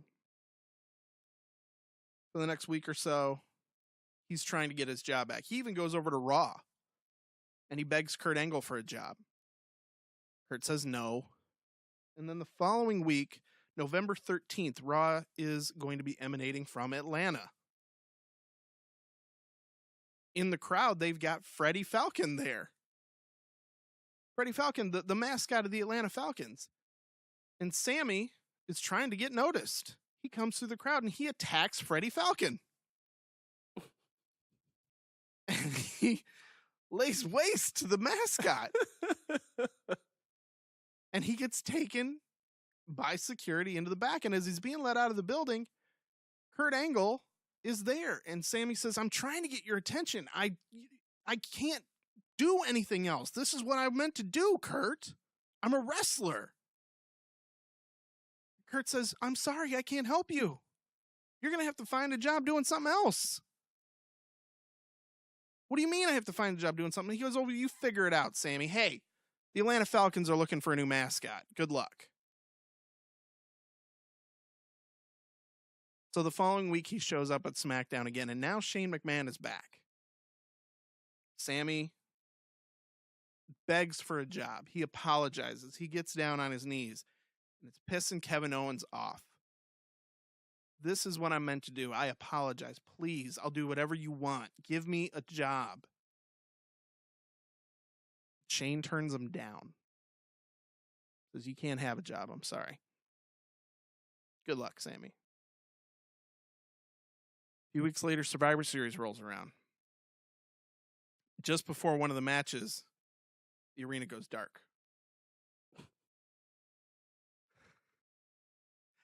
A lone spotlight hits the ring.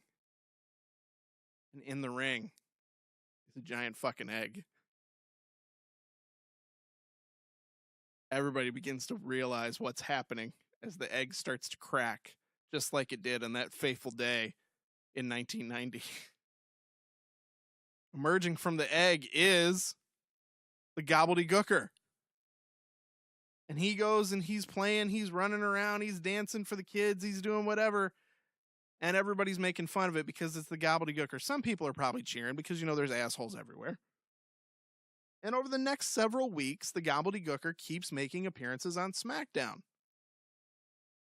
And he's causing trouble. He's playing with the kids. He's tripping heels. He's, you know, doing whatever. He's throwing water on people. He's just basically acting like a clown, but it's the gobbledygooker. And everybody begins to wonder who's in the gobbledygooker outfit.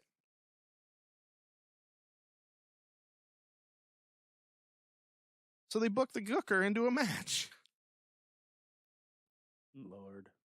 The gooker wins. The gooker keeps getting booked in matches, and he's going on a bit of a winning streak. Until they book him in a match against Kevin Owens, and the gooker refuses to fight Kevin Owens. And at that point, Kevin Owens begins to realize, I think that's Sami. So he catches up to the gooker backstage. He's like, Sami, I know it's you. Just take the hood off. Come on, take the mask off. The gooker won't talk. He just gobbles.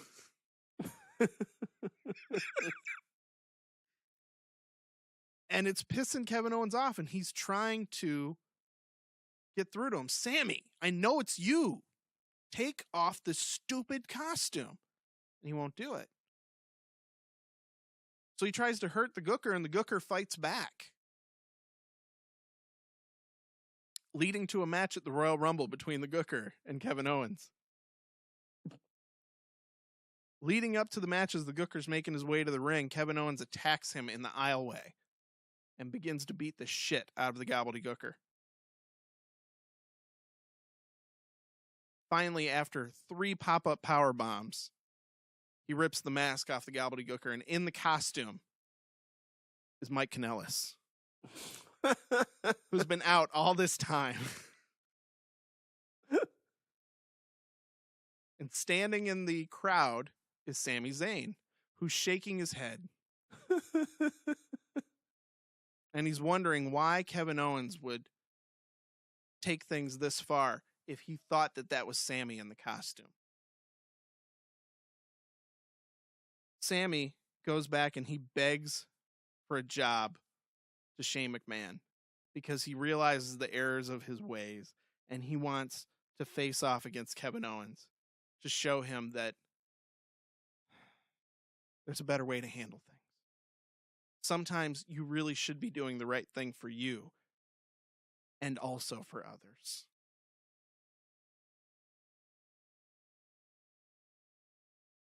There's another match between the Gooker and Kevin Owens. The Gooker, everybody believes, is Mike Kanellis. During the match, the Gooker starts to display certain moves that are right out of the Sami Zayn playbook. The Blue Thunder Bomb. The tope or the tope con hilo over the top rope, which they call the flying turkey. And eventually the Gooker wins the match with what looks like the haluva kick, but they're calling the flying drumstick. 1, 2, 3. Your winner, the Gobbledygooker, unmasks and reveals himself to be Sami Zayn. He put Mike Kanellis up to wearing the Gooker costume just so that he could get a job, but it was him all that time. Jeez. That's my attempt to bring back the Gobbledygooker. What? I think it made it work. And this leads to a match between Kevin Owens and Sami Zayn at WrestleMania.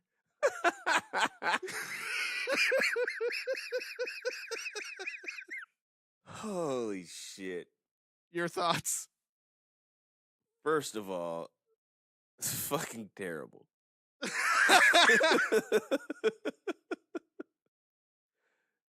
There's absolutely nothing that can be done to make the Gobbledygooker work.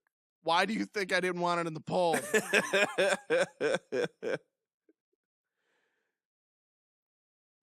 Oh, man. Did I make it work? I mean, technically. Okay, hear me out. So,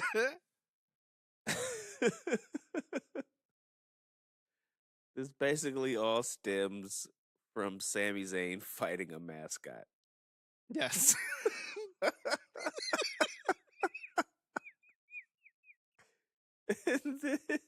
And getting fired, and they don't want to give him a job. Humbled him enough to where he would dress up as a Gobbledygooker to try to get his job back,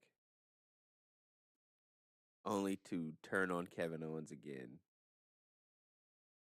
because I hate you so much. And you planned this shit out.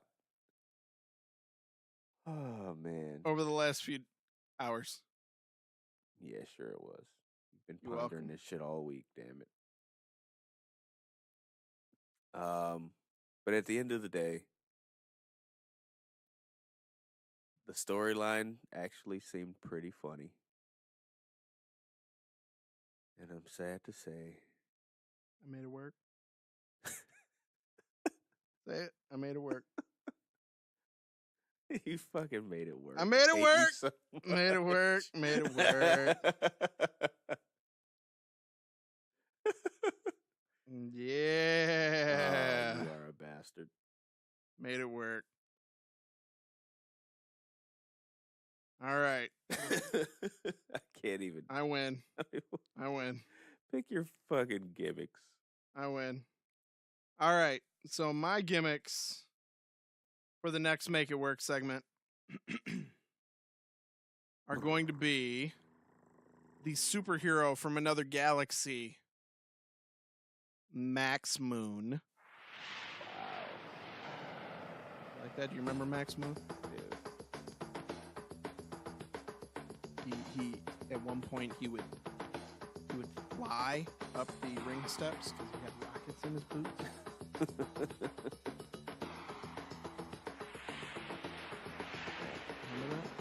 All right. No. Next gimmick. Remember when the Dudleys broke up? Mm-hmm. Remember? And they decided, well, he says testify. Reverend Devon is going on the poll. Oh, man. Oh, testify. Reverend Devon. Okay. I could definitely make Reverend Devon work. You think? For sure. Think you can make Reverend Devon work? For sure. All right. And the final gimmick is going to be a tag team.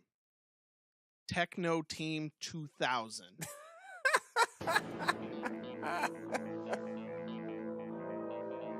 Remember Techno Team 2000? They were from the future.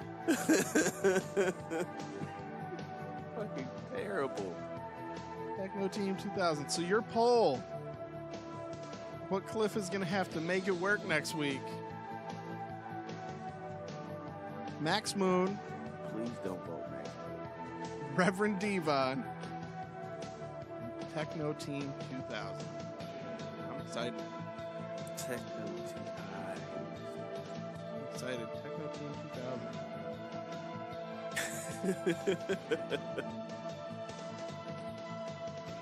All right. So do you have anything you want to add this, like, you know, like, are you, anything you want to say to me? That I hate you? No. You know what's coming up in a few days? No, I don't want to say anything. Aren't we going to have another show before that? On Tuesday? It's Tuesday? What's today? Wednesday? Today's Wednesday. Oh, I guess it is on Tuesday. Oh, god damn it. Okay, I know. I know how it is. Oh. Yeah, whatever. Happy 45th birthday. 45th? Not even close. Don't make me that old. Everyone, Robert. My safe word is pineapple juice. Jr. Wow, you just put my whole name out there. Oh, you want me to bleep it?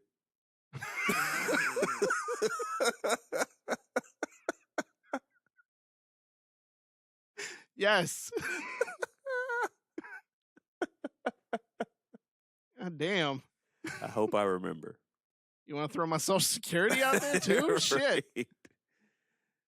323 27 455. I am not going to be 45 years old. It's Rob's birthday coming up, guys. You don't put that voodoo on me. This is going to drop on Friday. His birthday is on Tuesday, which is October 17th, 2017. I will be 57 years He old. will be 46 years old. Make sure you guys tweet this man. Happy birthday. Happy 68th birthday. Did you fuckers tell me happy birthday? Yes. I don't remember. I even tweeted out from my personal account and the WNA Did you sing account. it, though? Was I supposed to? I'm supposed to Periscope a happy birthday song Yes. to you? Show the people that you love me, damn it. Birthday to you.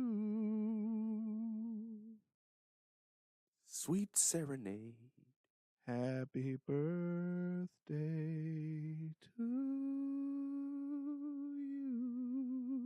you. Now sound like Aiden English when you do it.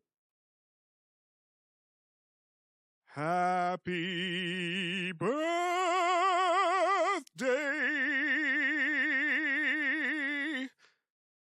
dear Clifford. Suck some chocolate. Happy birthday You sound like Luther. to you. That's that 1%, boy. I hear it. Had to pull that out. Deep in my soul. Let the podcast know. Mm. That boy got soul. Hear that, ladies? terrible. That was me singing to you, ladies. Hey, you are listening to the sweet, sweet sound. Sweet sound.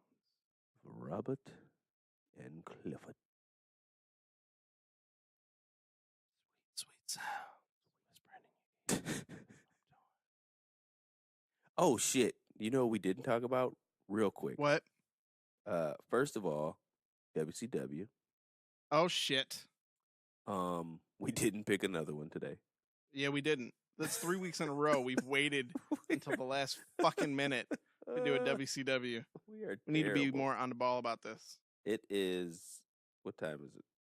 It's 11:55. It's 11:55. We've got 5 minutes.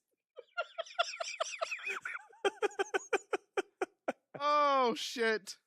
Let's get our WCW popping. Oh, God. Just pick the first girl that is on our Twitter feed. First girl on our Twitter feed right now. Hang on.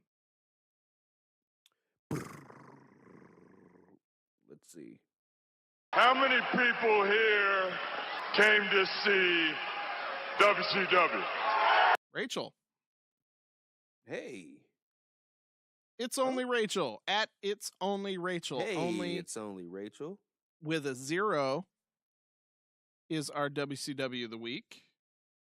She is an awesome, awesome, awesome wrestling fan. Constantly tweeting wrestling stuff. She's funny. A lot of her stuff during some of the shows, if you follow her when she's live tweeting, is a lot of fun. And doesn't hurt the fact that she's, she's in Wales. United Kingdom. Got you another one from across the pond, eh, Rob? Yes, I do. Jeez. You have a problem. I don't have a problem. You do. You have a problem. Then I don't want to be right. You're never allowed in the UK. Ever. I don't want to be right. You know what I'm saying? Ever. Well, peace and love. It's only I Rachel. love you all. I love all you ladies out there. Especially you in the UK. Got a thing for the accents. What's going on? What's she doing?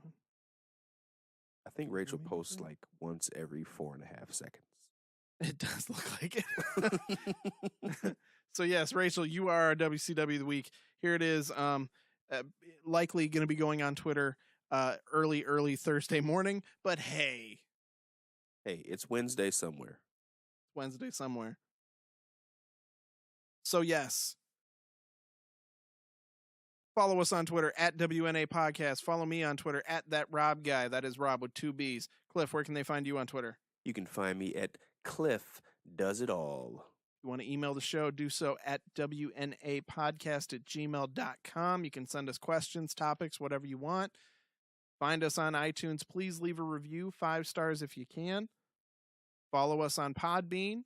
Find us on Stitcher, Google Play, any of your podcatcher apps. Find us on Facebook, on YouTube. Give us a subscribe on there. We put our episodes up. We hope to do more soon on our YouTube page. But yes, it's about that time. I'm Clifford L. Johnson. And I'm Rob English, saying to you, when life hands you adversity, always kick out at 2. Sweet.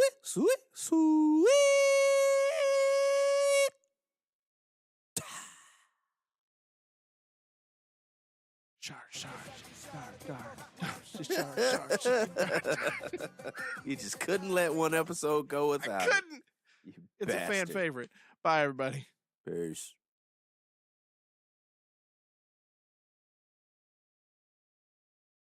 No, wait. It should be Sister Abigail. No? Okay.